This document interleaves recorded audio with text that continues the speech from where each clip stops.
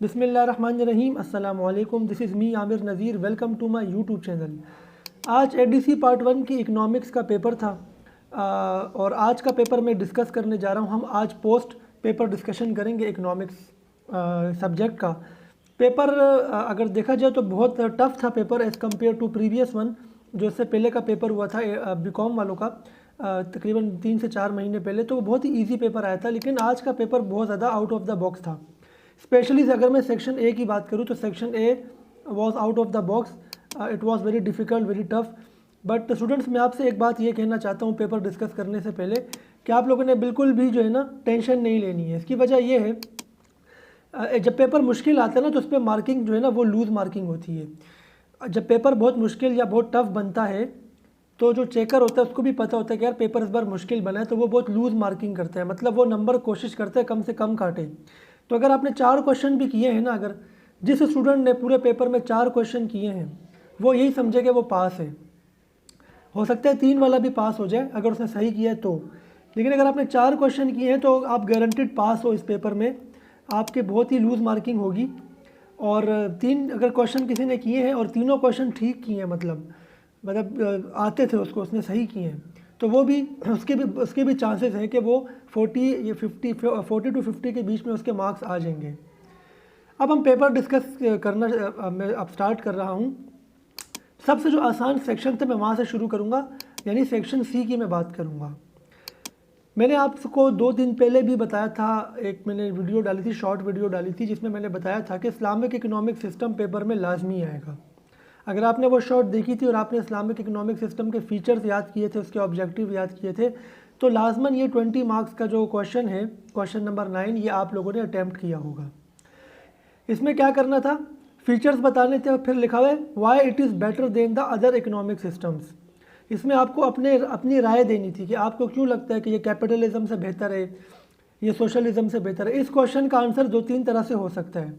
अगर किसी स्टूडेंट ने इसमें ऑब्जेक्टिव लिख दिए तो वो भी सही होगा। क्यों? क्योंकि हम इसमें ये क्लेम कर रहे हैं कि because of the following objectives this system is better than other systems. The objective क्या हो सकते हैं, वो आपको पता है कि इंटरेस्ट फ्री इकोनॉमी बनाना, ठीक है ना, इक्विटी लाना सोसाइटी के अंदर, सोशल जस्टिस लेकर आना, इकोनॉमिक जस्टिस लेकर आना।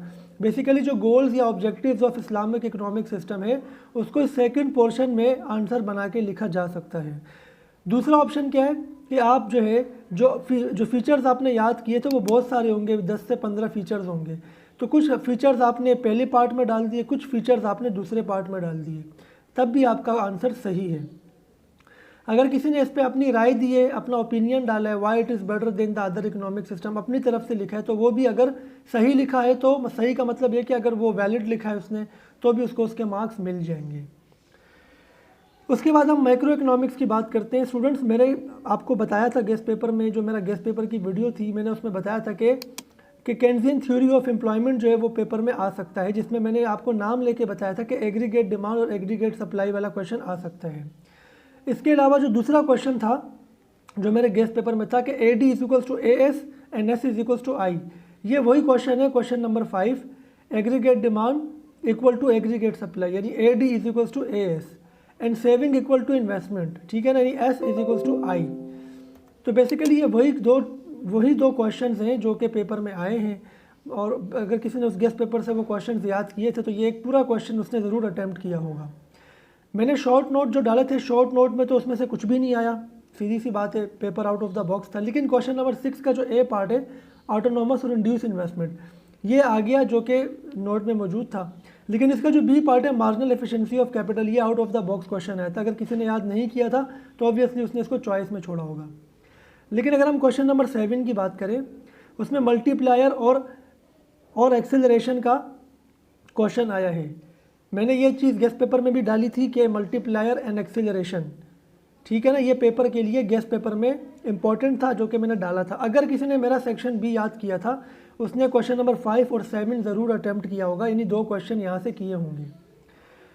सेक्शन ए की तरफ चलते हैं, जो सबसे मुश्किल सेक्शन था, और तकरीबन जितने भी टीचर से मेरी डिस्कशन हुई है आज पेपर के बाद, तकरीबन सब ने यही कहा कि सेक्शन ए का जो पोर्शन है वो उनके गेस्ट पेपर से बहुत डिफरेंट आया है। मतलब ये किसी एक टीचर की या किसी 2 टीचर की गेस्ट पेपर की बात नहीं हो रही। ओवरऑल जितने भी आप गेस्ट पेपर उठा के देखेंगे तकरीबन सारे गेस्ट पेपर्स ऐसे हैं जो कि इस सेक्शन ए को कवर नहीं करते, इंक्लूडिंग माय गेस्ट पेपर। हो जाता है, पेपर टीचर्स भी इंसान होते हैं, उनसे भी गलत गेस हो जाते हैं क्वेश्चन, क्योंकि टीचर पेपर नहीं बनाता, वो सिर्फ गेस करता है कि ये क्वेश्चन आ सकता है।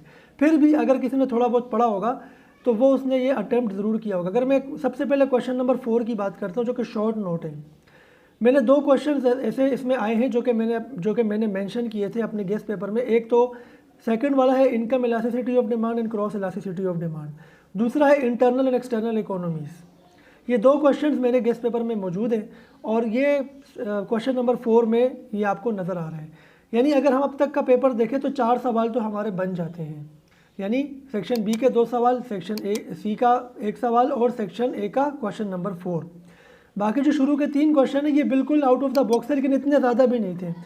अगर मैं क्वेश्चन नंबर 1 की बात करूं, ये प्रोड्यूसर्स इक्विलिब्रियम में पेपर में ना होने के बराबर आता है। आप पूरा पास पेपर उठा के देख लीजिए, बहुत ही आउट पेपर आया था, बहुत ही आउट क्वेश्चन उन्होंने दे दिया था। कभी कभार ये आया होगा, जितना मुझे याद आ रहा है एक आध दफ़ा आया है और नोट के अंदर भी आता रहा है, लेकिन इस तरीके से 20 नंबर का ये कभी नहीं आया। उसके बाद क्वेश्चन नंबर 2 की बात करें, with the help of the graph show the effect of the following on equilibrium of price and quantity. अब ये क्या है बेसिकली, ये है इलास्टिसिटी ऑफ डिमांड की जो डिग्रीज है ना, यानी highly elastic demand, elastic demand, in elastic demand, perfectly in elastic demand, perfectly elastic demand. ये 5 तरह की degrees of elasticity of demand होती हैं। ये आपने इसके अंदर बताना था बेसिकली नंबर 1, नंबर 2, नंबर 3 में कि ये कौन से हैं और ग्राफ भी इनका बनाना था। अगर किसी ने वो क्वेश्चन याद किया था तो वो ये क्वेश्चन अटेम्प्ट कर सकता था। और बी पार्ट में लिखा हुआ है explain the practical importance of price elasticity of demand.